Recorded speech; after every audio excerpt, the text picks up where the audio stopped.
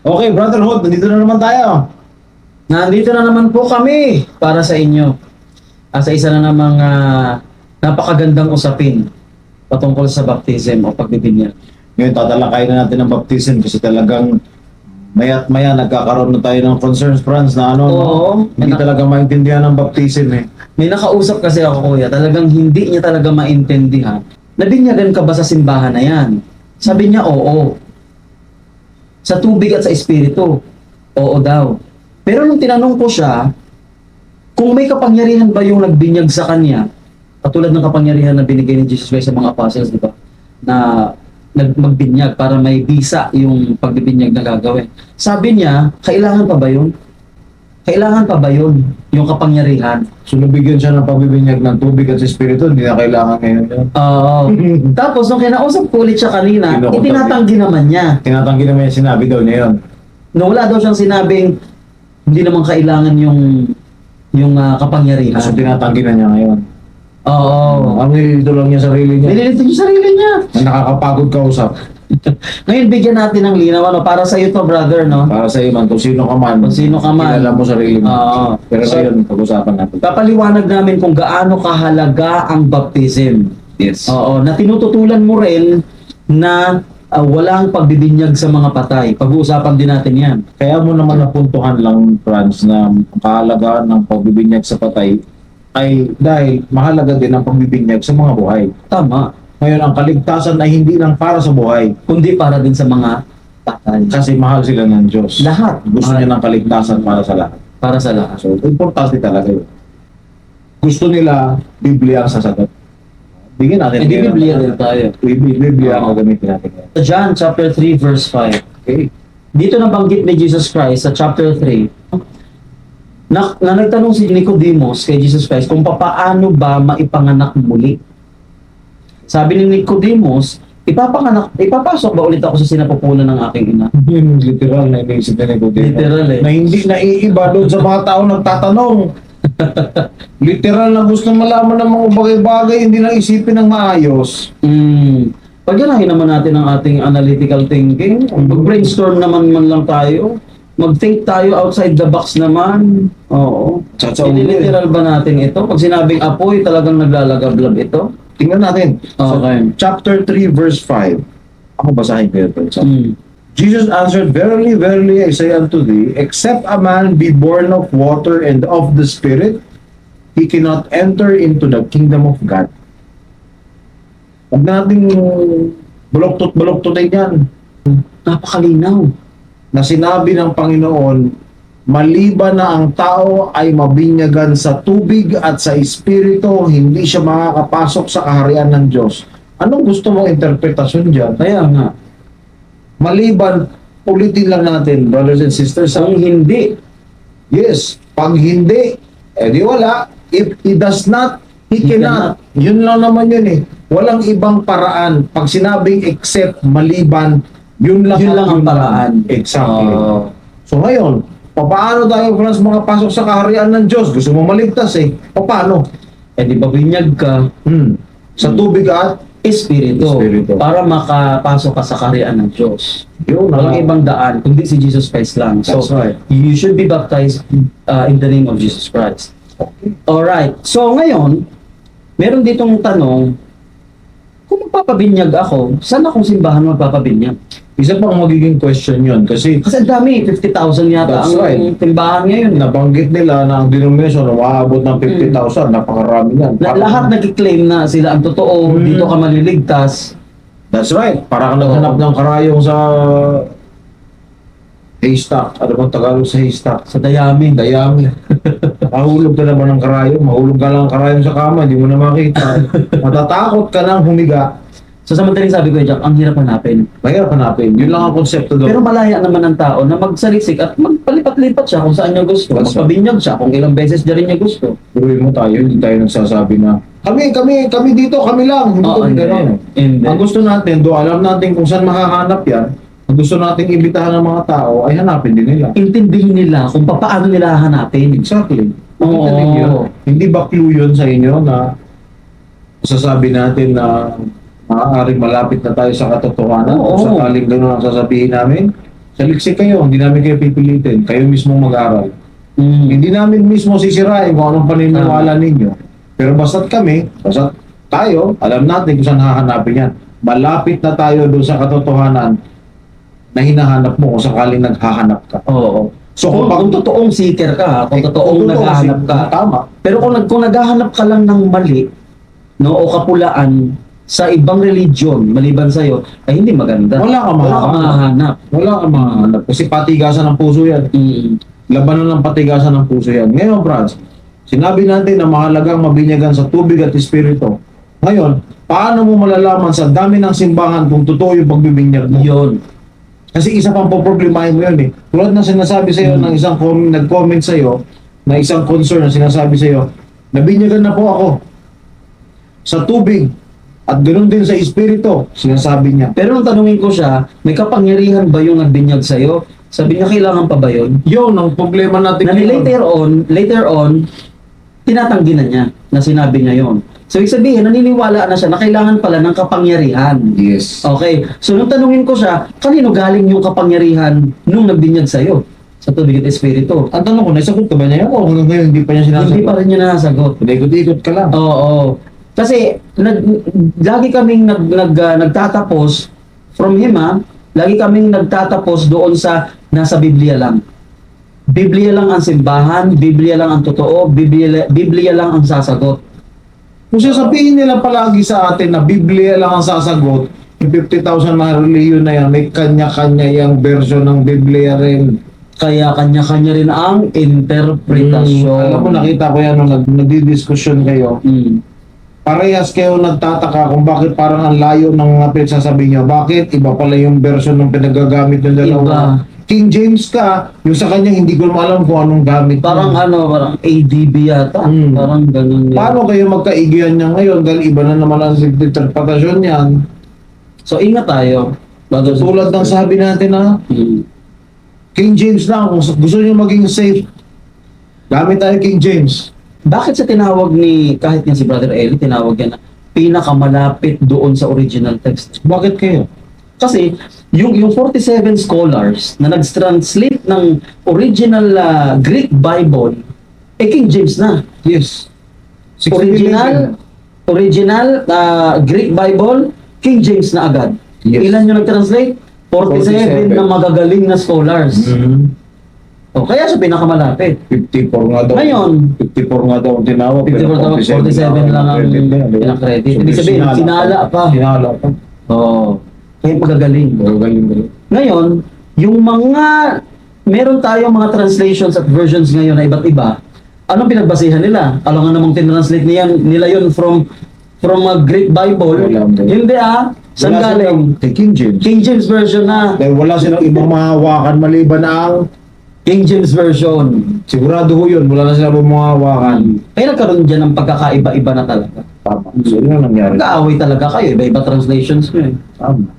So ngayon, naguguluhan sila. Stick tayo sa King James Version. King James Version tayo. King James Version. Sa buong mga videos natin, kahit noon pa nag-start tayo, never naman tayo nagbasa sa ibang Bible. Mm. Puro King James ang ginagamit natin. Ito na lalayo doon. Kung mahalaga talaga ang pagbibinyag para sa tubig at espiritu para makapasok sa kaharian ng Diyos, ang tanong, kaninong simbahan ako magpapabinyag? Ito ang pattern natin. Punta tayo sa mga gawa. Exactly. Mm. Yun yung isang point na kailangan natin palaging tandaan. Kung malaman natin yung totoong simbahan ay totoong simbahan ng Diyos, ay pabinyag ka doon. Ito, pagkalaman mo. Pagkalaman mo. Kung malalaman mo lang. Now, yung baptism is an ordinance. Ordinance yan. Hindi yan good works. Basta na gumawa ka lang mabuti. Tinawag mong ordinansa, kailangan na. So, hindi po pwedeng mawala. Hindi po pwedeng pagbigyan. Hindi po pwedeng idaan sa awa Tama. dahil ordinansa yan. Ordinansa. Requirements yan eh. Mm.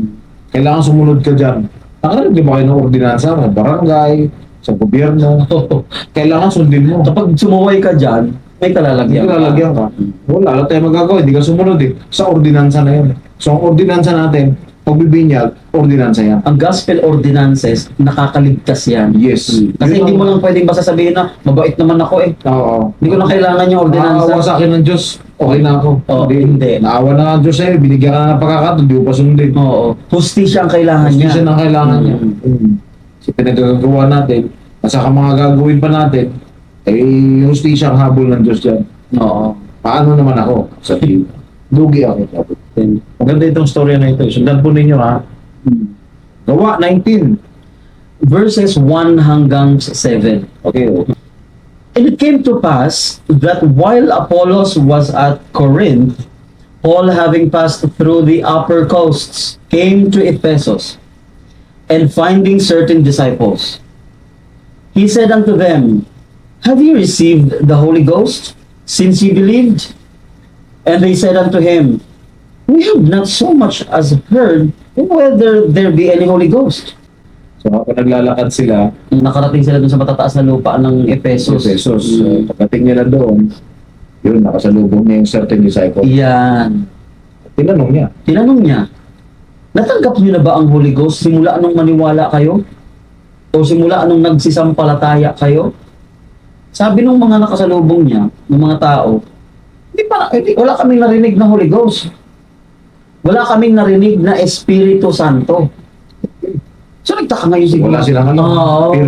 Period. Wala silang alam tungkol sa nababanggit na Holy Ghost. Period. Verse 3. And he said unto them, Unto what then were ye baptized? And they said, Unto John's baptism. Saan kayo nabinyagan? Doon sa pagbibinyag ni Juan. Pinaliwanag ni Paul sa 4. Then said Paul, John verily baptized with the baptism of repentance, saying unto the people that they should believe on him, which should come after him, that is on Jesus Christ. So si John the Baptist ay nagbibinyag para sa Mga kapatawaran ng mga kasalanan. So yun yung purpose ng kanyang pagbibinyag. Para sa kapatawaran ng kasalanan. Ngayon, ang tanong ko, bakit sinasabi ng iba na ang pagbibinyag ay marka lang daw ng public declaration ang pagbibinyag? Samantalang dito sa Gawa 19 verse 4, sinasabi dyan, Para sa mga kapatawaran ng mga kasalanan. para pala yan sa kapatawaran ng kasalanan. At para din makapasok sa kaharian ng Diyos. Kasi ililinis ka. Oo. Paano ka makapasok kung hindi ka naman malinis? So nagtaka si Paul, kung sa totoong pagbibinyag kayo na binyagan ni Juan Bautista, no, ba't hindi nyo alam ang Espiritu Santo? Kaya nalaman ka agad ni Paul na hindi totoo ang pagbibinyag na ginawa Kasi nila. Hindi nila alam eh. Hindi rin nila narinig eh. Oo. Yun din ba yung tunog ng nakausap mo? Kailangan ba ba yun? Maaaring ang dami din palang nagbibinyagan ng panahon na yun na nanggagaya ng pagbibinyag Kaya niya natanong mo. Kaya siya nagtatanong. Oo. Bakit? na mga hindi rin totoo. Natanggap niya ba yung Espiritu Santo? Wala kaming narinig yan eh. Oo. Ibig sabihin, walang bisa lahat. Walang bisa. Walang bisa. So, Sa verse 5. verse 5. When they heard this, they were baptized in the name of the Lord Jesus. And when Paul had laid his hands upon them, the Holy Ghost came on them, and they spake with tongues and prophesied. And all the men were about 12. So, narinig nila yun, bininyagan sila ulit. Binigyan sila ulit. Ang tanong ko, bakit sila bininyagan ulit? Kasi nga, invalid yung ginawa nilang pagbibinyag. Invalid yun. Invalid. So, nung binigyan sila ni Paul ng baptism ulit, bininyagan sila, after nun, ipinatong Pinatong ang ang kamay, doon niya ngayon binigay yung ang Holy Ghost. Nagkaroon sila ng sinasabi dyan na They spake with tongues and prophesied. prophesied. Nagkaroon sila ng kapangyarihan. Oo. Iba yung mararamdaman mo nung time na yun. Makapagsalita sila ng mga ibang lingwahe. Gift of the Holy Ghost yun. Gift of the Holy Ghost. Hindi parang duwende yan. No? Hindi ganun yun ha. Speak of tongues. Na-witness ko kung paano yan kasi marami kaming foreigners na missionaries na ginamit nila yung power na yan. Dahil yan ang kailanganin namin, gift of tongues. Oo. Yung hindi marunong sa lingwahe ng Pilipino, hindi masyadong magagaling. Pag nagtuturo kami, mahusay. Pero pagkatapos ng pagtuturo namin, Wala. hindi na ulit marunong mag-Tagalog. That means yung Holy Ghost, yung gift of the Spirit, has already left. Sabi, yes, Oo. ano sa kanya. Oo, pero nag-manifest yun, nakita ko na. Oo. Na-witness ko yun, sabi ko, galing mag-Tagalog ni Elder. Sabi ko, galing mo mag-Tagalog Sabi niya, ano ko sinabi ko? Hindi rin niya maintindihan. Wala na. So yun ang gift of the Holy. Meron din kuya na Gift of the kwento na merong parang mission president siya or apostle na nag-talk siya, nagsalita siya sa harap ng malawak na kongregasyon. Pero dahil English siya, Di ba kailangan usually an interpreter? Eh, walang interpreter. Oh, ngayon nagsalita siya, naintindihan lahat ng mga tao. Talaga? Oo.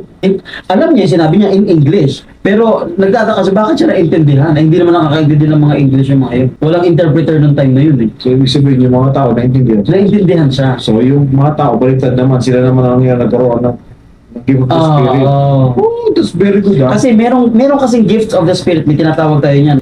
Merong gift of teaching, yung nagtuturo, naiintindihan siya nung nakikinig. No? Ay, magaling siya magturo. Tama. No? Pero minsan naman, kahit hindi magaling yung nagtuturo, naiintindihan naman ng nakikinig. Nakikinig. Gift of understanding Gift of naman. understanding naman yun. Oo. So, maaaring baliktad kasi may gift of Gift of understanding. knowledge and wisdom. So, yung nangyari doon, maaaring gift of understanding. Understanding. That's very nice. Ah. Di ba? Nakakatawa. Nakakatuwa. So, yun ang purpose kung bakit may Holy Ghost at mayroong kaloob ng Espiritu Santo. At ilan sila doon na nabigyan ni Paul? 12. Importante itong story na to sa kanyang kabuuang konteksto. Bakit? Dito natin makikita na hindi ka lang pala pwedeng binyagan ng kung sino-sino. Kailangan mo hanapin yung may otoridad. Exactly. Ngayon, tanungin namin kayo, the same question, nabinyagan na ba kayo ng pagbibinyag sa tubig? Oo kayo, karamihan ng Kristiyano. Ang tanong ko, kayo ba ay nabinyagan ng Espiritu? O nabigyan ng kaloob ng Espiritu Santo? Yun ang tanong pala dyan. Kung sasabihin nyo hindi kayo sigurado, kapit kayo sa amin, binyagan namin kayo ulit. Meron ako kuyang gustong idagdag about dun sa kaibahan ng Espiritu Santo at kaloob ng Espiritu Santo. Okay. Ang mga missionaries, may naniwala sa kanila sa pagtuturo ng isang missionary. Ibig sabihin, nag-manifest ang Holy Ghost sa kanya. Naramdaman niya, nalaman niya na totoo ito ah. Naramdaman niya yun, yung Holy Ghost. Pero, aalis ka agad ito.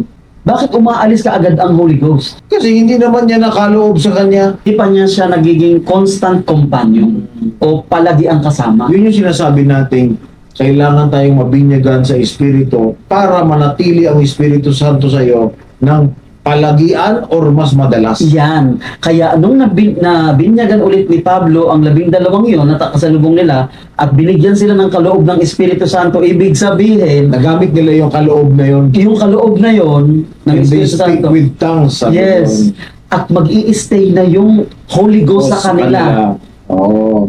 Ang Holy Ghost na yon na mag-i-stay sa kanila, yun na ang magsasabi at gagabay sa kanila kung ano ang mga desisyon na tama ang dapat gawin nila. Anong kailangan gawin nila. Mabuhudyat sa kanila, Yes. magtuturo sa kanila, Constant hanggang sa ikaw ay karapat-dapat sa kanyang inspirasyon. hanggang sa mamatay ka. Yes. Hanggang sa mamatay ka dahil yun ay yung gabay. Gabay. Ayun ang tinatawag nating kaloob o regalo ng Espiritu Santo. So, Yan. nakita ninyo ba sa Yun ang kaibahan. May tinatawag din tayong light of Christ. Oo. Ito yung sinasabi nating konsensya natin. Konsensya. May pagkakaiba yan eh. So, yung konsensya natin ang nagbibigay sa atin ng gabay na panandalian para gawin natin ng tama. Kasi syempre, malulungkot tayo kapag alam nating mali. Yun ang konsensya. Iba yung kaloob ng Espiritu Santo. Mismo ang Espiritu Santo ang gagabay sa iyo. Gagabay sa'yo, huwag mong gawin yan. Huwag mo, mas sensitibo ka, mas makapagtitiis ka sa hirap ng buhay at saka makakapag-tiis ka hanggang sa wakas. Oo. Kaya kailangan mo yun. Pero, iyaan ay, nituro sa atin ng Latter-day Prophets na ang kaloob ng Espiritu Santo or ang Espiritu Santo, he speaks in still small voice. Kaya dapat lagi kang aligned sa Spirit, no? Malinis ka, hindi ka gumagawa ng masama. Na kailangan in tune ka doon sa influensya niya. Oo. Kasi magsaglit na mawala yan sa tono. Oo. Ano yun? Ano yung gitara? Pag nawala sa tono, wala na. Wala. Sira na ang Out of kanta. tune na. Out of tune na. Pag wala ka sa tono, mawawala ang inspirasyon ng Holy Ghost sa'yo. Kung maririnig ang still small voice. Bali wala lahat ng mga Oo. natin. So, mawawala ng saysay yung buhay natin. Hindi ka makakapag-tiis. Hindi ka makakagawa ng mabuti. Lagi yun nagkabay. Constant companion at regalo yun ng Diyos na laging nandiyan. Binigay sa kanila para gabayan sila.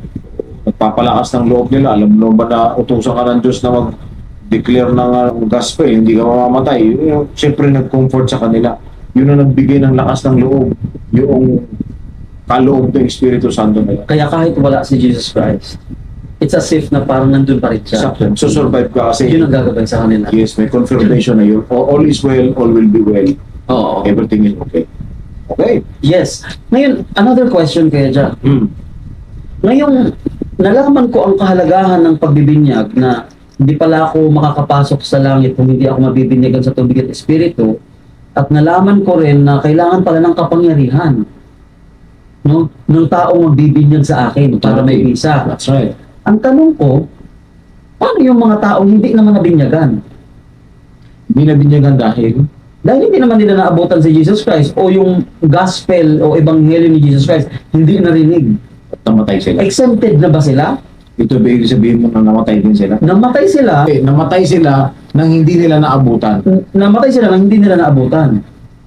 Papaano sila? Usapang kaligtasan niya. Kaligtasan eh. Kung pinag-usapan natin kanina ay para sa mga buhay na meron tayo kasiguraduhan ngayon na kapag tayo ay mabinyagan sa tubig at sa espiritu, Hindi makakapasok. hindi makakapasok sa kaharian ng Diyos. Ngayon na nalaman natin kung tayo magpapabinyag sa tubig at espiritu, makakapasok tayo ngayon. May chance na tayo. May chance na tayo. So ngayon, ang gusto mong malaman is paano yung namatay na hindi nakaabot na sila ay mabibigyan ng pagbibinyag sa tubig at espiritu. Oo. Ang kaligtasan hindi lang naman para sa buhay. Yan yung nakakapagtaka at malaking tanong, question mark yan.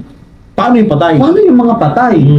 Kaya yung kalaban mo, hindi talaga matahimik at hindi maintindihan kasi ultimo yung pagbibinyag sa buhay, hindi nga niya maituldukan, Oo. hindi niya maintindihan ng gusto.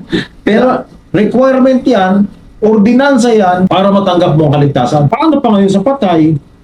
Pero nag-quote siya from 1 Peter chapter 4 verse 6 para daw yun sa mga patay. Kasi may ginawa daw dun si Jesus Christ. Nag-quote siya Oo. na 1 Peter 4:6. Oo. Alam natin kung ano yung 4:6 yung Kaya 1 nga. Peter. Anong quotation niya doon para?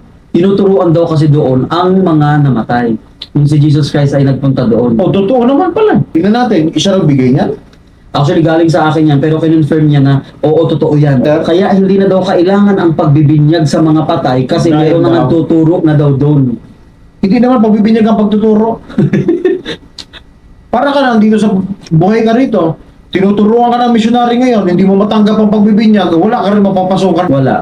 Sa palagay ninyo, kahit natuturuan kayo dito, okay lang ako, gusto-gusto pero hindi ako pabinyag. Bakit? Kasi may tradisyon kami ng pamilya ko na hindi kami lilipat ng kahit anong relihiyon. Hindi pwede. Paano mangyayari yun? Oo. Maliban nga ang tao, mabinyagan sa tubig at espiritu, hindi siya makakapasok sa kaharian ng Diyos, hindi ka magpapabinyag. Hindi naman lang pang membership yun eh. Isa na sa perks yun. Isa na yun sa mga magagandang mangyayari sa'yo na kapag nabinyagan ka sa isang simbahan na totoo, magiging parte ka na ng simbahan na yon. Hindi pa pwedeng ang ganda ng turo ninyo pero hindi ako papabinyag sa inyo kasi tradisyon namin hindi pa pwede. Oo, kasi pinanganak akong ganito eh. Sa palagay mo, tatanggapin ng rason na yan ng Panginoong Hesukristo? O matatanggap ng Panginoon yan? Maging si Jesus Christ nga, perfecto, nagpabinyag ah. Exactly. Oo. Para hindi ka mga tuwiran. Ayun. Yun. Kaya siya nagpabinyag para ipatupad niya lahat ng katwiran, Ay matupad. matupad na lahat. Hindi ka mga katwiran na, ay, hindi ko kailangan magpabinyag. Tapos mga katwiran ka ngayon. Talaga naman. So sa 1 Peter binigay natin diyan, tingnan natin ha. 1 Peter chapter 4 verse 6 na yan ay kanyang pinatotohanan. Oo. Na sinabi diyan, for this cause was the gospel preached also to them that are dead. Ito ay ang dahilan kung bakit tinuturo ang ebanghelyo sa mga namatay, that they might be judged according to men in the flesh but live according to God in spirit.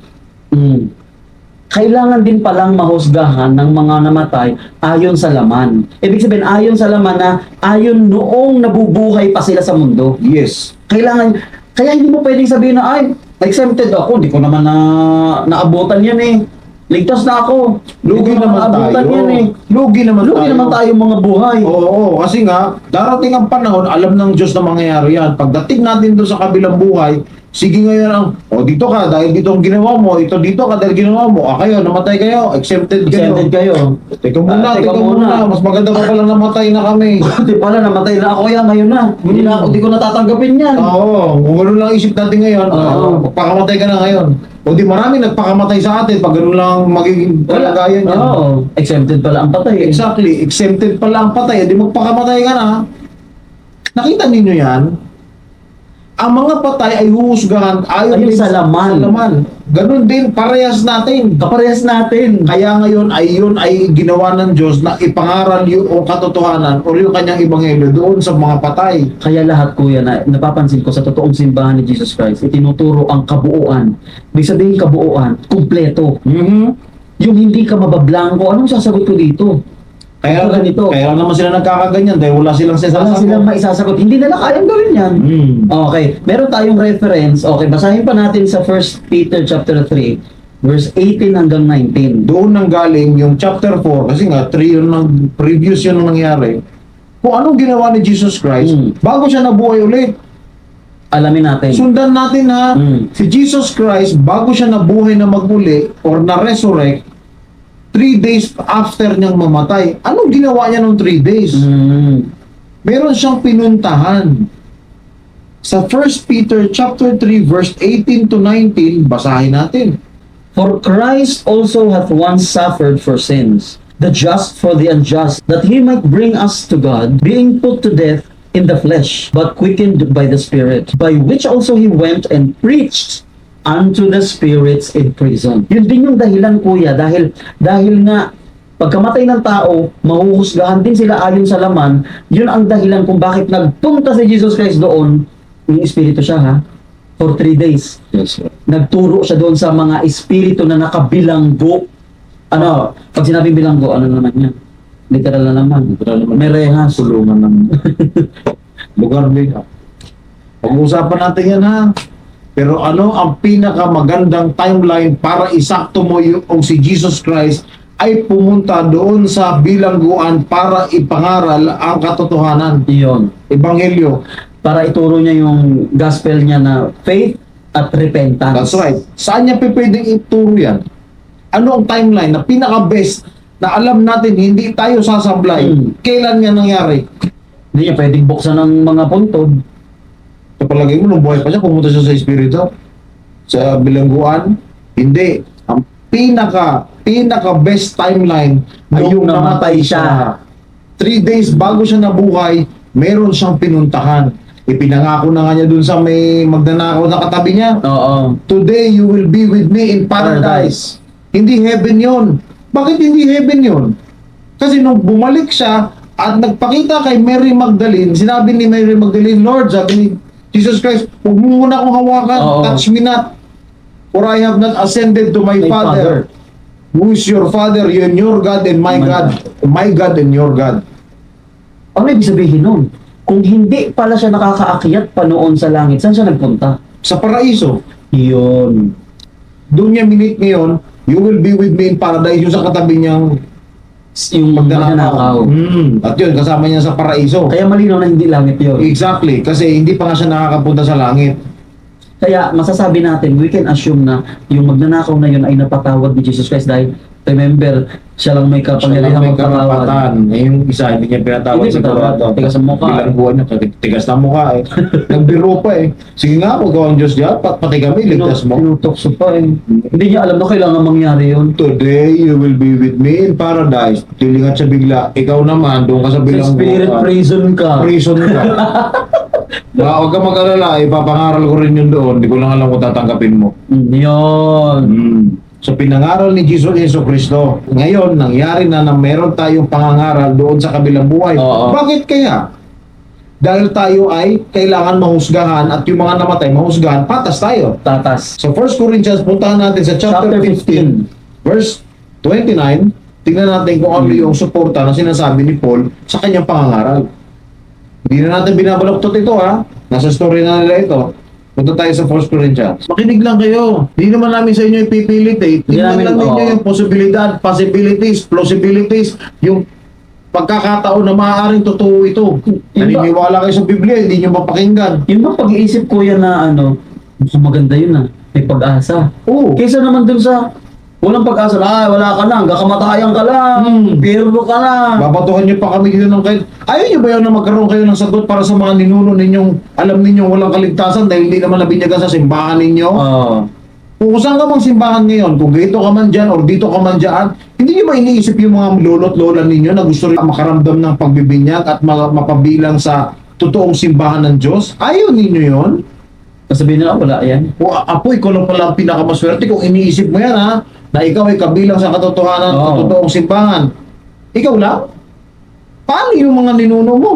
Paano yung lola mo na nabuhay nung 17th century, yung ika-14 na siglo, ika-17 siglo, Kaya totoo yung sinasabi din na ang Diyos daw ay wala siyang kinikilingan. kahit anong panahon ka, kahit anong yaman mo, kahit anong hindi siya, he is not a respecter of person. Lahat yan ay may pagkakataong maligtas. Saan ka makita ng ebanghelyo na yan? Hindi lang ito tayong buhay, pati yung na mga namatay, may pagkakataong maligtas. Nasaan yung ebanghelyo na yan? Yun. Nandito lang sa ilong natin, nasa ilalim lang nila, nasa 1 Corinthians, so pinapaliwanag ni Paul sa 29, basahin ko. Else what shall they do which are baptized for the dead? O di ibig sabihin, nagbibinyag sila sa patay. Tama? Oo. Sa Tagalog, sa ano pa binibinyagan sila ng mga namatay? If the dead rise not at all, Kung ang patay ay hindi na mabubuhay ulit. why are they then baptized for the dead? Bakit nga naman sila binibinyagan pa para sa mga patay? Ulitin ko kuya, bakit nga naman sila binibinyagan para sa mga patay? Tama. Ano yung may clue doon? Sila. Ibig sabihin, merong kinakasangkapan Yes. para mabinyagan yung mga patay. Yes. Hindi ibig sabihin na hukayin mo yung nicho. Hindi. Yung babubangunin mo yung patay. Mga kalansay. So, edi nag-plus versus zombie ka ngayon. Kukunin mo yung zombie nga, maging zombie yan nga, magtakbuhan tayo lahat. So, guys, Hindi, tingnan mo, ayan, ah. oh. Why are they then, what else shall they do which are baptized for the dead if the dead rise not at all? Why are they then baptized for the dead? Ibig sabihin, merong nagbibinyag dyan sa patay. Meron. Day You know, May binibinyagan para sa mga patay. may naggagawa nun para sa mga patay. Oo. Ang problema dyan, kuya, hindi yan nakadetalye dyan ni Paul kung paano ito ginagawa. Pero merong idea tayo dyan na meron ng gawain para sa mga patay. yes. So sabihin niyo wala na yan. Palibhasa, wala kayong maisagot Kaya kayo dyan. masasagot dyan. Alam niyo kung bakit wala sila maisagot? Kasi kapag tinutuon nila yan, magpapagawa ka ng templo, magpapagawa ka ng baptismal font, magagawa ka ngayon ng lalagyan mo ng aircon yan, lalagyan mo ng tubig yan, lalagyan mo ng mga palitan ng damit yan para mabinyagan mo yan. And everyday behalf of yan. the patay yan. And everyday And yan. everyday yan. Sino gusto gumastos niyan? Sa kuryente, tissue pa lang. Ay, pambihira.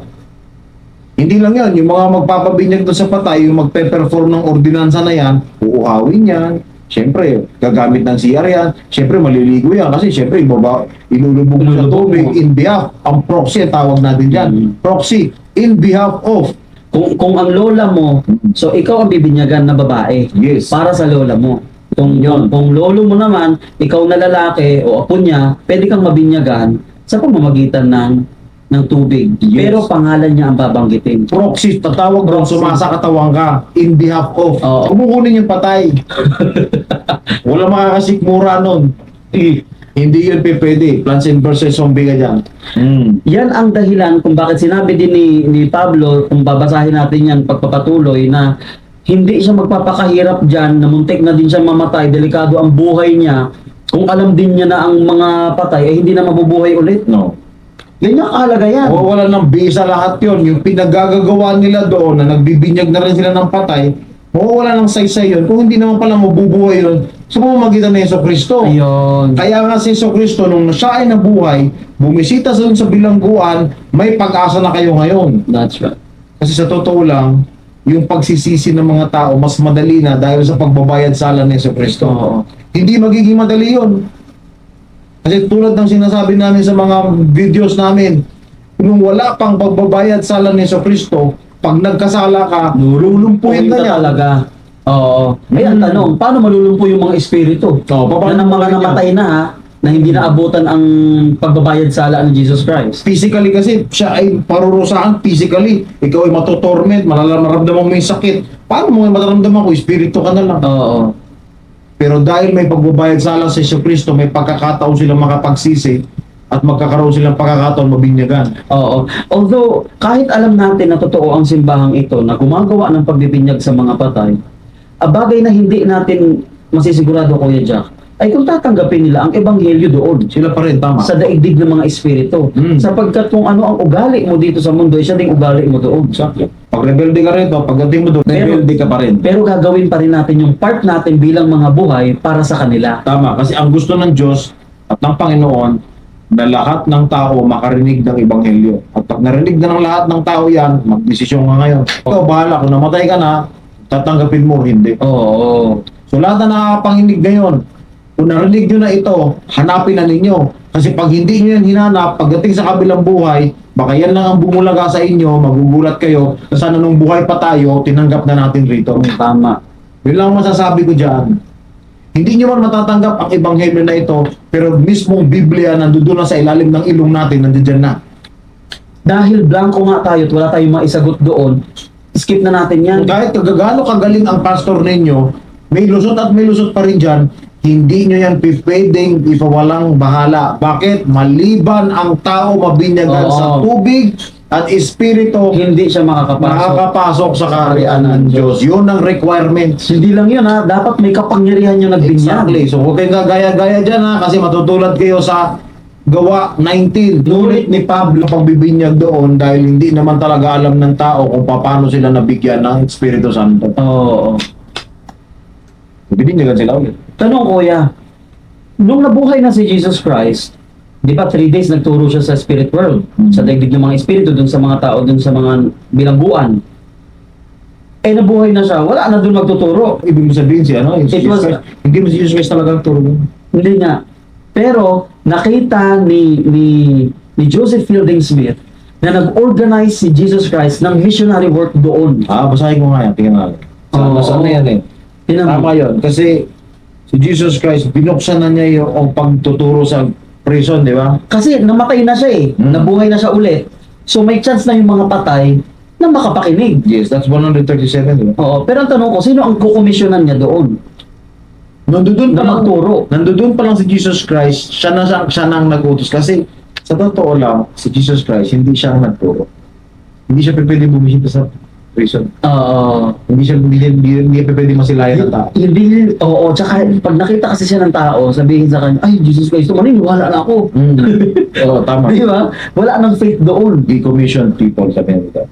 So, ganito yan, Franz, ano? So, nabanggit mo yung Doctrine and Covenants na sinabi dito na nakita ito ni Joseph Fielding Fielding Smith. Smith. Yes, kasi si Joseph Fielding Smith, nung siya ay propeta nung panahon na ito, this is somewhere 1918. 1918. Vision given to President Joseph F. Smith. At itong vision na ito about sa spirit world. Oo, kasi kuya, magtataka ako eh. Kasi kung si Jesus Christ talaga mismo, literally ha, ang nagpunta doon sa mga espiritu ng mga nakabilanggo at nagturo, maaring lahat mawala ng choice, maniniwala agad talaga sila. Si Jesus Christ yun. Eh, Jesus Christ na yun eh. Lilimitahan niya yung privilege ng mga namatay na, ng mga masasama, Oo. kasi hindi nila masisilayan ng Panginoon. Nireject nila eh. In-reject nila, tapos makikita mo pa. Oo, exactly. Oo. Wala kanyang privilege. Pero yung namatay na katabi niya na magnanakaw, Pag sabi niya, nakita niya yun. nakita niya doon. Kasi sa paradise Sa paradise lang siya. So doon nagpunta si Jesus Christ sa Oo. paradise. Yung sinasabi niya, totoo nga ba talaga si Jesus Christ ay pumunta doon sa prison? He went into the spirit of prison. Oo. So ang iniisip natin lahat, pumunta siya doon sa spirit of prison. Kung literal ha, Literal. ang oo. pagkaintindi mo sa Bible, Ang sure lang natin talaga ngayon ay si Jesus Christ ay pumunta sa daigdig ng mga espiritu. So ngayon, iniisip natin ngayon, siya ba talaga ay pumunta doon? Doon sa spirit prison. Prison. Siya ba talaga ang nagturo? Tama. Kasi nga yung tanong natin, ay yung sinasabi natin, dahil kung siya ang magtuturo, mawawala ng choice yung mga espiritu na nasa prison o bilangguan. Exactly. Paniniwalaan agad siya. Kita niya, si Jesus Cristo, Oy. totoo palang Lord dito. O hindi masusubukan ang faith mo. Hindi na, wala na. Kasi wala nang nang palataya mo. Exactly. So, ang nangyari doon, yung ating propeta na si Joseph F. Fielding Smith. Hindi Fielding Smith. Ay, Joseph F. Smith. Binigyan ngayon ng pangitain. Nakita niya ngayon kung anong nangyayari doon. At anong nangyari doon sa panahon ni Jesus Christ nung siya ay pumunta doon Sa daigdig ng mga espiritu. Ito yung nangyari doon. So verse 20 ng section 138. ng Doctrine and ng Covenants. Doctrine and Covenants. Doktrina at mga tipan. Sinabi dito, but unto the wicked he did not go. And among the ungodly and the unrepentant who had defiled themselves while in the flesh, his voice was not raised. Sure yun, no? Hindi narinig yung boses ni Hindi Jesus pala Christ siya doon doon. pumunta doon sa mismoong prison. Hindi. So nasa paradise lang siya. Oo. Ngayon, kung babasahin natin, Kaya pala, you will be with me in paradise. yes. Ngayon, sa 30, siyempre, nandiyan lahat, ipinaliwanag kung anong nangyari doon sa spirit world, yung 30. But behold, from among the righteous, he organized his forces and appointed messengers, clothed with power and authority, and commissioned them to go forth and carry the light of the gospel to them that were in darkness, even to all the spirits of men, and thus was the gospel preached to the dead. Ayun. Yung pala ang totoo. Kung hindi nakita ni Joseph F. Smith yan, Oo, iniisip hindi natin natin ngayon. malalaman. Iniisip natin ngayon na talagang nagturo talaga si Jesus Christ doon sa bilangguan. Pero ang matinding tanong dyan, magtataka ka, hindi pwede kasi Hindi nila pwede masilayan ng Panginoon. hindi nila pwedeng masilayang ang Panginoon kasi dito mismo nga sa lupa, nireject nila ang Reject na gospel nila. eh. So, hindi na rin siya doon papakita dahil nga nireject na nga nila siya. At kung magpakita man, sigurado sambahin agad siya doon. Sabay siya kagad doon kasi nga magigilty ka kagad eh. Oo, hindi masusubukan ang pananampalataya mo pa rin. That's right. Kaya pala sinasabi natin na hindi tayo sigurado pagdating ng isang namatay doon sa daigdig ng mga espiritu, hindi natin masisigurado kung tatanggapin niya o hindi ang ebanghelyo na ituturo sa kanya. Kasi susubukan pa rin siya doon eh. Pero kailangan pa rin natin gawin ang pagbibinyag sa mga patay. Para kung sakali matanggapin nila, ready na sila. At saka kung hindi natin gagawin ang pagbibinyag sa mga patay, unfair yun doon sa mga tumanggap ng mga espiritu. Tama. Ang Paano sila? gospel, oo. Marami sa mga kamag-anak ninyo, mga kababayan ha, Di ba? lahat tayong mga tao, paano kung sila ay naturuan na doon, pero wala silang tsansang mabinyagan dahil walang magpo-provide sa kanila dahil hindi naman namin kilala ang kamag-anak nyo. Ayun. Kaya mahalaga sa aming mga member ng The Church of Jesus Christ of Latter-day Saints ang record ng Records. ating mga ninuno. Bakit? Kasi baka maaari natanggap na nila pero kayo hindi lang ninyo hinahanap kung nasaan yung mga kamag-anak niyo. Hindi kayo membro sa totoong simbahan ng Diyos kung saan merong pagbibinyag para sa patay. Oh, hindi magagawa yun. Kaya pa namatay tayo at salubungin kayo ng mga ninuno ninyo, hindi ko alam kung anong sakal gagawin sa inyo. May pagkakataon na tayo, anak eh. Nandiyan ka na buhay, hindi mo man lang tinanggap. Ang tagal na namin tinanggap dito ang tagal na namin nagsisi sa mga kasalanan namin. Oo, ikaw lang ang pag-asa namin, hindi mo pa tinanggap, wala kaming pagbibinyag ngayon. Ang sasabihin mo, sorry ho. Kasi naniwala ko sa pastor namin, tama daw ito. Ayun, wala na. Wala na. Bibigyan po natin. Sana man lang bigyan ninyo ng pagkakataon makinig dito sa mensahe na ito at isipan ninyo kung gusto mo maging tagapagligtas din ng mga ninuno mo, gawin mo na ngayon. May pagkakataon ka. Oo. Meron tayo ngayon yan. At saka kuya, isa pang bagay, no? Na ayaw niyang marinig sa akin nung sinabi kong, alam mo ba na kapag kinasal ka sa templo ng Diyos, totoong simbahan ni Jesus Christ, yung bisa ng kasal mo, pwede mo makasama ang asawa mo at pamilya mo hanggang sa kabilang buhay? Ano sabi niya? Ay, wala nang ganyan. Hindi ganyan. Tapos, huwag agad siya ng mga scriptures na ibabato sa akin. So, nag-ano siya dun sa Mark. Na? Sa Mark. Una muna sa Hebrews 9. So bago mo sabihin niya na, so ang ibig mo sabihin, sinabi mo sa kanya na hindi lang till death do us part, Oo. hindi niya tinanggap pa rin? Hindi niya tinanggap. Kaya sabi ko, okay, bago tayo magbabasa ng mga scriptures or banal na kasulatan, tanungin kita, seriously, personally, tatanungin kita, yun bang idea ko or idea namin sa simbahan ni Jesucristo ng mga banal sa mga huling araw na ang bisa ng kasal mo at ang asawa mo at mga anak mo ay maaangkin mong pamilya pagkatapos ng buhay na ito, ay hindi ba maganda para sa'yo? Hindi ba nagbibigay ito ng magandang balita o pag-asa para sa'yo? Mas gugustuhin mong wala na, tapos na sa kamatayan, hanggang kamatayan lang lahat. So tinanong ko sa person, hindi siya nakaimik. Pag ano lang iniisip mo, happy and be merry na tayo na. Tomorrow, patay na tayo. Oo. Tingnan mo na, kung ayaw niya yung relasyon niya magpatuloy sa kabilang buhay sa asawa niya, Oo. baka ayaw niya yung asawa niya. Baka, maaari. Baka hindi niya mahal yung mga anak niya. Sa 50,000 na simbahan na sinasabi natin, plus pa yan ha, sino dyan ang may ebanghelyo or may doktrina na pwede magsama ang pamilya beyond sa kamatayan? Di ba? Sino? Kahit hindi kayo totoo, sasamahan ko kayo. Ay, kahit hindi ka totoo, at ikaw ay mayroon kang pangangaral at doktrina sa mga pamilya, ang laking hope nun, Malaking pag-asa yun. ang laking ginawa nun, maraming namatayan ng anak dito, maraming namatayan ng nanay, maraming namatayan ng asawa. Ayaw mo makasama asawa mo sa kabilang buhay? Ayaw mo maisip yon? Kaya brother, alam mo na yan. Napakadamot nyo naman. Grabe ka naman na tatapusin mo lang lahat ng bagay at pagmamahal at sakripisyo mo sa kamatayan lang. Hindi ka yata namamatayan ng anak at ng tatay eh. Baka Hindi ka pa yata namamatayan ng anak eh. Subukan mo. Subukan mo isipin yan. Na alam mo yung tatay mo hindi pa nabinyagan. Alam mo yung anak mo na gusto mo makasama sa kabilang buhay. Wala kang pag-asa. May assurance ka ba na makakasama mo yun? Oo. Pero hindi. Eh, till death do us part. Tatanggapin niya na hindi ko na makasama yan. Asawa mo nga, till death do us part eh. Paano pa kayong anak? Yung asawa mo nga eh, mahal na mahal mo. Maganda yung vows mo. Itinupad mo yung vows mo, naging loyal ka. Pero hanggang kamatayan ka lang, till death do us part. O, eh kung yun, till death do us part ang asawa mo, paano pa yung anak mo? Di wala na. Wala na. Napakadamot nyo naman para hindi isipin yan. Grabe ano. Meron tayo niyang ebanghelyo na yan. Meron tayong doktrina na yan. Tingnan ninyo. Kasi tinan mo, alam mo sinabi niyang verse dyan. Saan niya? Ano sabi niya? Nasa Mark 12. Ito makinig ka brother ha.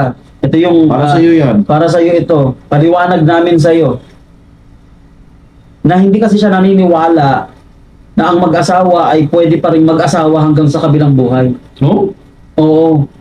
Talagang hanggang kamatayan lang. Ayaw siguro niya, hindi niya siguro mahal ang pamilya niya. Oo. Yun lang masasabi ko dyan. Yung ganyan mag-isip, hindi mahal ang pamilya Hindi niya. mo mahal yan, pamilya. Walang forever sa isip mo. Nakakalungkot. Sa verse 25 ng Mark 12. Ito yung tuwing nag-uusap kami, Kuya Jack. Sabi ko sa kanya, bago ka magbasa ng scripture o bago mo ako batuhin ng scripture na yan, huwag ka munang tumalon ka agad sa verse na yan. Ikwento mo sa akin kung ano nangyayari dyan. Oo, tama. Ayaw niyang tanggapin yun. Hindi, ganito na. Basahin na. Gumaganon siya. Ayaw niya tingnan yung konteksto. Ayaw niyang tingnan. Paano mo maintindihan yan? Eh kasi yung puno nila, mawalang galang na po. Hindi ko sabihin yung pangalan, pero ganun, parang ganun ang naging natutunan nila sa preacher nila o sa pastor nila. Napatalon-talon. Mapamukha lang dun sa kalaban niya, kadebate niya na mali ka. Kasi nandito sa Biblia, sinabi dito, ganun eh. Hindi na babasa ng konteksto. Alam mo, ganito yan ah. Pag hindi ka marunong bumasa ng Biblia na sinasabi mo kami, pinapasa sa atin hindi tayo marunong magbasa, tayo nga, puro tayo konteksto, kaya ko ikwento sa iyo yan. Oh. Ganito yan ha. Kung hindi nyo titingnan ang pinaka-konteksto ng Biblia, ng istorya ng Biblia na yan, ganito magiging itsura ninyo. Para kayong nagkwento na ang unang kwento ninyo ay Star Wars ang pamagat. Kalagitnaan yan, Transformers ka na. Oo. Tapos bago mo matapos yung istorya mo, Star Trek ka na. Oo. Ganun yung magiging istorya mo. Tapos sa dulo, may once upon a time May pa. once upon a time ka pa. Pati Hiraya Manawari na isama mo pa. Ibig sabihin, halo-halo. Wala ka nga. Paano ko maintindihan ang konteksto niya kung halo-halo ka? At saka iba-iba, kung ganyan ang gagawin ng lahat ng religion, talon agad sa isang verse lang, hindi by context. Iba-iba interpretation nila dyan. Yun na nga. Iba-iba ang interpretation nila Sa dyan. palagay mo yung magiging kausap mo, tatanggapin yung interpretasyon mo? Hindi. Hindi. Kasi may sarili siyang interpretation Eh, yung kausap mo rin, balak din palang iba-iba yun ang istorya nung pinagtatalunan ninyong bersikulo at saka ng Oo. isang aklat. Para sumuwak lang dun sa paniniwala Eh, niya. wala na. Oo. Yun ang mangyayari sa inyo. Kaya sabi Yun ko- ang nangyayari sa atin. Kaya sabi ko, brother ha, please, bago ka magbasa, no, intindihin mo, alamin mo ang konteksto, yung buong istorya noong chapter o talata na yun, or kabanata. Ano yung binigay niya na ano natin, may binigay? Dahil yun nga, dahil May hindi binigay siya tapos ibinasa ko sa pinakauna, ang layo. ang layo talaga. Ano yun, sinabi Yung mo? sa Mark chapter 12, Okay. verse 25. Mark chapter 12 Verse 25. O, tingnan Oo. natin yan ha. Ito yung regarding dun sa pagkakasal. Oo, pagkakasal. Nawala na yung ganyan, hanggang kamatayan na lang. Wala na rin pagbibinyag sa mga patay kasi ang mga patay, tapos na. Napapahiling ka Oo nga, sabi ko. binigay mo ang konsepto kung na mag-asawa, pwedeng makasal yan pang walang hanggan. Ayaw niyang tanggapin. Ayun tanggapin, binigyan ka ngayon ng Mark 12, Binigyan ako ng Mark 12, verse 25. verse Ito yung 25. sagot niya. Ayan ang sagot niya. Basahin ko nga. For when they shall rise from the dead, they neither marry nor are given in marriage, but are as the angels which are in heaven. So, gusto niyang sabihin dito, magiging angels daw yung mga Namatay. namatay, Pero hindi na sila Hindi. makakapag-asawa. hindi na sila makapag-asawa. Oo, or magpatuloy man ang kanilang yung kasal na ginawa. Kung babasahin mo yung 25 lang, yan ang pagkaintindi mo talaga. Hindi niya nakita, pwede niyang balikan itong mga ito para maintindihan niya. Balik siya. Balik natin, tingnan mo. Umatras siya sa ilang sa mga Ito versikulo. yung kwento na yon. Sumunod natin sa 19. Ano ba yung kwento dyan kay Jack? Ito basahin ko ha. Pwede ko may kwento. Basahin ko ng butas kwento mo. O sige, 19. Simulan mo 19. dyan. Guys, sabayan po ninyo kami ha. Mark chapter 12 verse 19 hanggang 25. Balikan mo pa sa 18. Kahit 18. 18, Okay. Para hindi naman sobrang layo kasi pumunta tayo sa 1. Pero kung gusto nyo 1, simulan nyo. Pwede. Okay. Pero dito kasi, makukuha na natin yung context eh. Exactly. Yes. Context na ito ha. Oo. Pinaka-istorya kasi yung isinumbat niya sa amin, Mark 12, 25. 25 lang. Regarding sa pagkakasal na walang hanggan. Oo, wala na daw na Wala na raw ganon. Simulan natin sa 18, Franz. Sabi niya, then come unto him the Sadducees, which say there is no resurrection. And they asked him, saying, Okay. Master, Moses wrote unto us, if a man's brother die and leave his wife behind him and leave no children, that his brother should take his wife and raise up seed unto his brother. Now, there were 7 brethren. The first took a wife, and dying left no seed. Wala na namang anak. Okay. Nag-asawang una, hindi nagkaanak. Yung pangalawa, okay, wala na anak. And the second took her and died, neither left any seed. Okay. And the third likewise. Nag-asawa ulit ang pangatlo, wala na namang anak. Okay. In the resurrection, therefore, when they shall rise, whose wife shall she be of them? For the 7 had her to wife. 7 pala ang inasawa. Kakapatid. Oo. Pero, walang anak.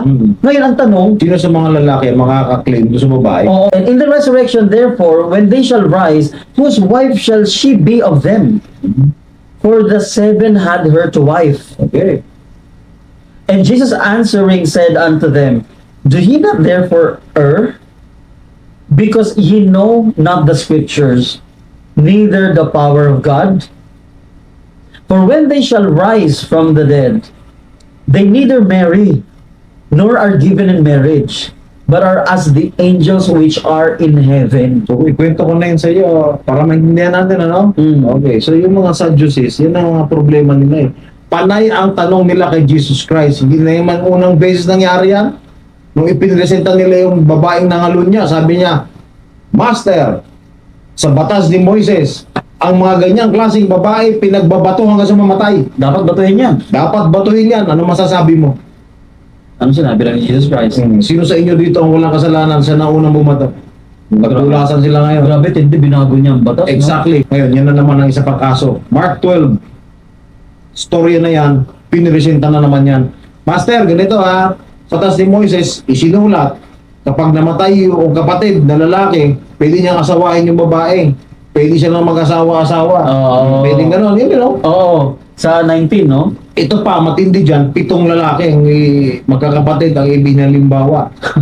So ngayon, ang tanong nila, sino ang magkiklaim ngayon doon sa babae? Yun nga. Na 7 yung asawa. Yun nga. Walang anak Tapos yan. lahat sila walang anak. Huwag mo muna natin pag-usapan ng anak. Mahirap na nga ang asawa, mahirap ng solusyonan. Okay, ano muna? Kasal muna. Kasal muna. Okay. So, kinasal siya sa 7 magkakaibang. Oo, pag sinabi mo, Oo. take his wife. Take his wife. And ito ha, there was 7 brother and first took a wife and they dying left no seed. Ibig sabihin, when you are saying taking to wife, ibig sabihin, ikinakasal. Inaasawa mo. Inaasawa mo. Okay, so, gano'n yung nangyari doon. Nangyari ngayon dito, itanong nila, sino ang Ang tanong dito, oo. Sino ang magkiklaim doon sa babae? Sino may karapatan na sa babae? Sino masasamahan niya? Yung 7 lalaki? Hindi pa pwede.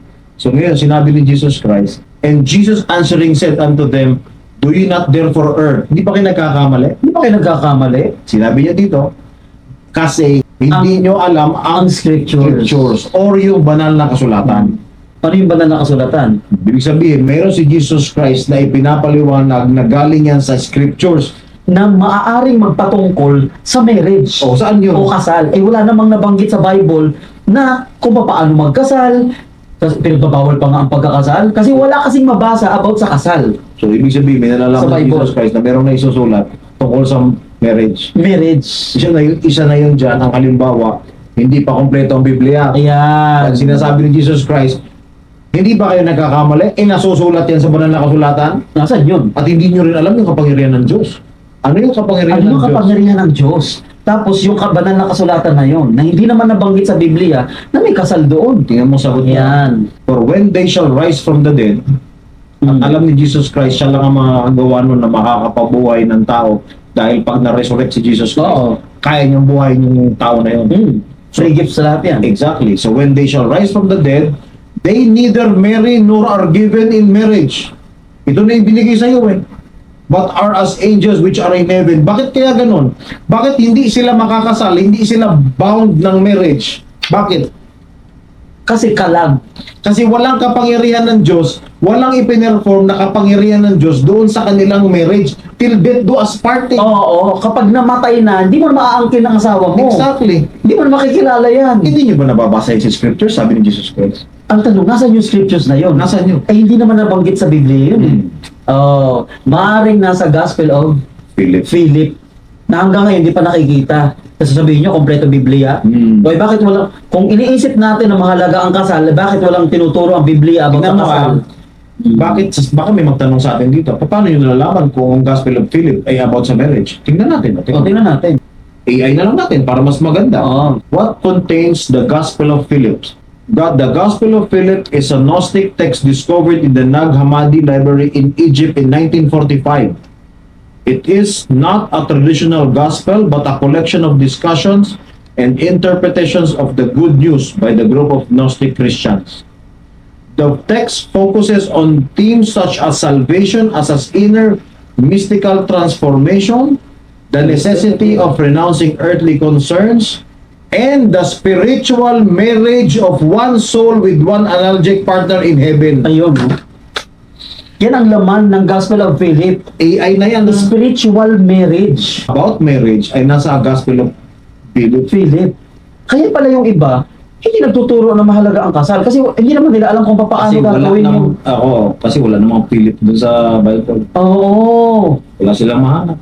Sinabi ni Jesus Christ. Kayo ba hindi nagkakamali? Hindi nyo nalalaman ang scriptures o banal na kasulatan? Hindi nyo ba nalalaman ang banal na kasulatan At ang kapangyarihan ng Diyos. at ang kapangyarihan ng Diyos? Hindi pa yan nakakanonize. Ibig sabihin- Yung Philip na yan na nakita sa Egypt na 1945, hindi pa nakakanonize yan. Ibig sabihin, Oo. hindi pa yan ginagamit natin ngayon. Pero nakita nila sa Book of Philip na maaari, nandoon yung pinaka-gospel of marriage. Marriage, kasal. Kaya may idea tayo Kasal ngayon. na walang hanggan. In heaven. Wala pa kayo nalalaman ng marriage in heaven, ano? Kasi alam niyo marriage sa lupa. till Lupa death do us lang. part. Ito, magpapatunay, nung si Jesus Christ, bago siya mamatay binigay ni Jesus Christ ang susi kay Peter. Yes. Ito, kinote din Matthew yun ni brother. 16:19. 16:19. Kinote niya yun? Oo, kinote din niya. Ay, naku, body. Mm. Okay, sige. Basahin mo nga, Franz. Kaya kinote na yan. Sabi niya, and I will give unto thee the keys of the kingdom of heaven, and whatsoever thou shalt bind on earth shall be bound in heaven, and whatsoever thou shalt loose on earth shall be loosed in heaven. Tagalogin ko binibigay ko sa iyo ang mga susi ng kaharian ng langit, na kung anuman ang iyong talian dito sa lupa, ay matatalian din sa langit. Or mabuklod, no? At kung anuman ang iyong kalagan sa lupa, ay makakalagan din sa langit. Ano ibig sabihin nun? Hindi nyo ba alam ang kapangyarihan ng Diyos? Kaya ng Diyos yan. Ibuklod niya dito sa lupa, pati sa langit. Buklod din. Sabi ni Jesus Christ yun. Hindi ba kayo nagkakamali? Hindi nyo nababasa sa scriptures? Hindi nyo rin alam yung kapangyarihan ng Diyos. Meron yung kapangyarihan ng Diyos dyan. Oh, doon sinabi yun sa Mark 12, di ba? Sa Marcos 12. Ano klaseng balaktot gusto nyo gawin dyan? Yan ang problema, brother. Huwag tayong tatalon basta sa isang verse. Alamin natin ang konteksto nito. Ang magkakamali lang yan dyan at ang hindi maniniwala sa konteksto na ito at saka sa gospel na ito ng pagkakasal ng walang hanggan, alam mo kung sino lang hindi maniniwala? Yung walang pakialam sa sarili niyang pamilya. Yun. Hindi niya mahal. Nakakaiyak kayo, mahal na mahal kong asawa ko sa mga anak ko, tapos sasabihin ninyo hindi totoo pinaniniwala namin. Gospel na yan. Nasa ilalim na lang ng ilong ninyo, hindi nyo lang mabasa, hindi nyo lang maintindihan. Ayaw nyo makasama yung lolo't lola ninyo? Ayaw nyo makasama yung nanay tatay ninyo kung nawala kayo dito sa mundo? Anong klaseng hope gusto nyo mangyari? Tapos iiyak-iyak lang sa Diyos na, matanda na po nanay ko, bakit nyo pa siya kinuha? 92 years old, ayaw mo pakawalan. Oo. Nalulungkot ka pa. Pakawalan mo na. Kasi nga, alam natin na ang buhay dito magtutuloy pa sa kabilang buhay. At kapag kayo ay nabuklod mula rito sa lupa, kaya niyang buklurin yan, kaya niyang ibuklod doon sa langit, masasabi mo, tatay, nanay, anak niyo po ako. May pangit ba doon? Brother, di ko maintindihan sa'yo. Bakit di mo nagugustuhan yun? Ayaw niyang iwanan yung reliyon niya dati, yun lang yun. Ah, kaya. Kasi wala naman talaga kasing kapangyarihan eh. Yan ang hanapin natin, brother, no? Yung totoong simbahan na may kapangyarihan talaga ng Diyos, nandun yung propeta, nandun ang mga apostoles, meron pang 70, no? Meron pang 70 na inatasan para sa gawaing misyonero. Tama yun. May kapangyarihan ng priesthood kasi kung walang kapangyarihan ng mga propeta at apostoles na ito, hindi sila makakakonekta sa langit, hindi sila makakatanggap ng kautusan o revelasyon. Paano natin malalaman ngayon na totoo yung ating ebanghelyo tungkol sa mga pamilya na walang hanggan? Oo. Paano magiging totoo yan? Paano tayo nakakasigurado? Masasabi mo, Franz, paano natin masasabing sure tayo na totoo yan? Sikreto ng Diyos yan eh. Na in-reveal niya. Bakit totoo yan? Kasi meron tayong buhay Na propeta. Yan ang wala kayong lahat. Ang buhay naming propeta, yan ang nagsasabi at nagpapatotoo na totoo yung ebanghelyo at ordinansa na yan. Makakapagsama kayo ng pamilya nyo sa kabilang buhay, ang klaseng hope yan. Napakagandang hope yan. Kaya nakakayanan ng tao ngayon, mga miyembro ng simbahan, namatayan man sila, alam nila na may pag-asa. Gigigil ako dito sa brother na ito eh. Grabe. Alam mo kung sinabi sa akin ito? Napakagarapal nyo. Hindi kayo, napakamanluloko nyo, binaluktot ninyo, mga sinungaling. Matatamis lang kayo magsalita. My goodness. Oh, diba? Balikan natin sinabi ni Jesucristo para malaman niya ulit. Ha? Sinabi ni Jesucristo, ulitin ko lang yon. Sabi niya, garapalan daw tayo. Garapal daw eh. Garapal daw tayo. O di, balik ko lang sa kanya sinabi ni Jesucristo. Ayan oh. Hindi nyo ba? Do ye not therefore err? Oh, Mark 12 ha. Mark 12. Marcos 12 verse 24. Yung ano. Para sa iyo tingnan to. Kung sino ka man, para sa iyo to ha. Jesus answering said unto them, do ye not err? Do ye not therefore err? Because you know not the scriptures, neither the power of God. Di ba kayo nagkakamali? Na hindi nyo nalalaman ang banal na kasulatan o ang scriptures? Yan sinabi ni Jesus Christ doon. Anong ibig sabihin ng Panginoong Hesukristo kay Peter? Na binibigay ko sa iyo yung susi ng kaharian ng langit. Na lahat ng iyong itatali rito sa mundo ay itatali mo sa kabila. At kung anong kakalagan mo, kalagan din doon. Anong interpretation Ano nyo ibig dyan? sabihin dyan? Sige nga. Meron ba kayo dyan ipupukol pa sa amin? Eh, nasa ilalim na lang ng ilong ninyo. Nasa ilalim na lang ng ilong ninyo na pwede yan sa power ng Diyos, mabuklod niya ang pamilya, mabuklod niya ang relasyon natin hanggang sa kabilang buhay. Hindi na ako magkamali, pag nakita kayo ng mga ninuno nyo doon, hindi ko lang anong sakal gagawin sa inyo. Tigas ang ulo mo. Naging apo pa kita, pambihira ka. Pulo na lang, talagang kung magbata ka. Kagigilit ng si brother. Pero mo, grabe niya, kinopya niya tayo dahil nabibinyag tayo ng mga patay, nakakatawa daw tayo. Sa palagay mo, kung hindi totoong simbahang ito, sabihin natin hindi totoo. Tatayo kami ng templo, napakaraming templo. Alam mo kung magkano yan? Tama. Ha? Kung alam mo kung magkano yan, tapos mag-aaksaya kami ng pera, oras, panahon, no? sa ginagawa namin na hindi naman mahalaga. Tanungin yung mga membro ng simbahan kung nagbabayad sila dyan. Pag sila pumapasok, nagpe-perform ng ordinances. O, tanungin nyo sila kung may binabayaran sila Wala dyan. kang bayad dyan. Hindi mo pwedeng bayaran ng kaligtasan. Yung paglalaba pa lang ng damit na ginagamit ng mga workers at patrons, ibig sabihin, yung mga nagpe-perform ng ordinansa, walang Oo. bayad yan. Alam mo kung magkano 1 kilo ng sabon ngayon?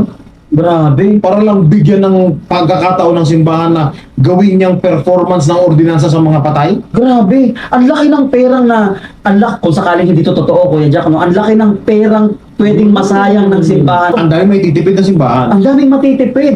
Sa Pilipinas nga, meron ng 3 mag-ooperate. Meron pang 10 na hindi 10 pa na under construction. Sa buong mundo, ilan ang temple? Oh, Kung hindi totoo ang ginagawa ng pagbibinyag sa patay. kung kalokohan lang ito.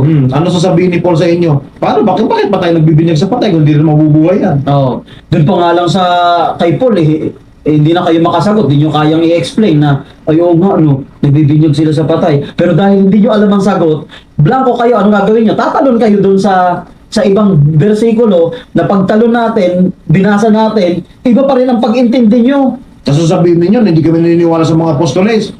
Sundin ko kayo sa matay. Diba? Alam mo ba si Paul kung gaano katindi yan? Dati sa Diyos yan.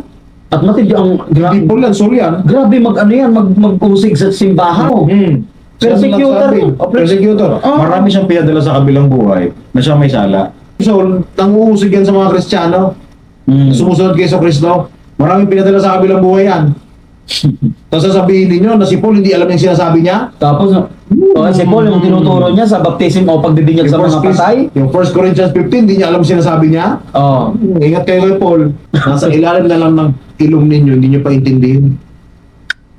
Sakit sa ulo. Ganun mga kaibigan, ano po, no? Hindi naman sa kami ay, kung marinig nyo man na parang nagtataas Pero na wala tayong binanggit, ano? ganun lang kami ganun lang yung excitement namin, brothers and sisters, mga kaibigan, na alam namin na totoo ito. Totoo kasi. Na sana wag nyo kaming imak dahil dun sa, wag nyo kaming kutyain dahil dun sa tinatawanan nyo kami, bibigyan sa mga patay. Kayo nga, hindi kayo makapagpagawa ng maganda yung simbahan. Sige nga. Oh, isa pa yun. Sige, pakitaan nyo kami ng magandang simbahan. Sige nga. Oo. Kami ganito, sige, pa-basketball namin, may pailaw pa eh. Wala naman kayong binabayad, di ba? Oo. Saan galing ang pondo nun? Oh, pasok kayo sa simbahan, fully air conditioned pa lahat ng rooms. Doon ka tumambay, walang magagalit sa'yo. Subukan mo. Pumunta ka sa simbahan, invited kayo, magsimba kayo doon, di aircon pa kayo. Sino ka nagbabayad nun? Oh, di ba? Sige, magpagawa kayo yung mga nagbabati ko sa amin. Sana maganda yung kapilya. Sige nga. Hindi nga kayo makatapat doon eh. Kapilya pa lang yun, simbahan pa lang. Simbahan to. pa lang, wala pa Meeting yung house temple. pa lang itong pinag-uusapan natin dito.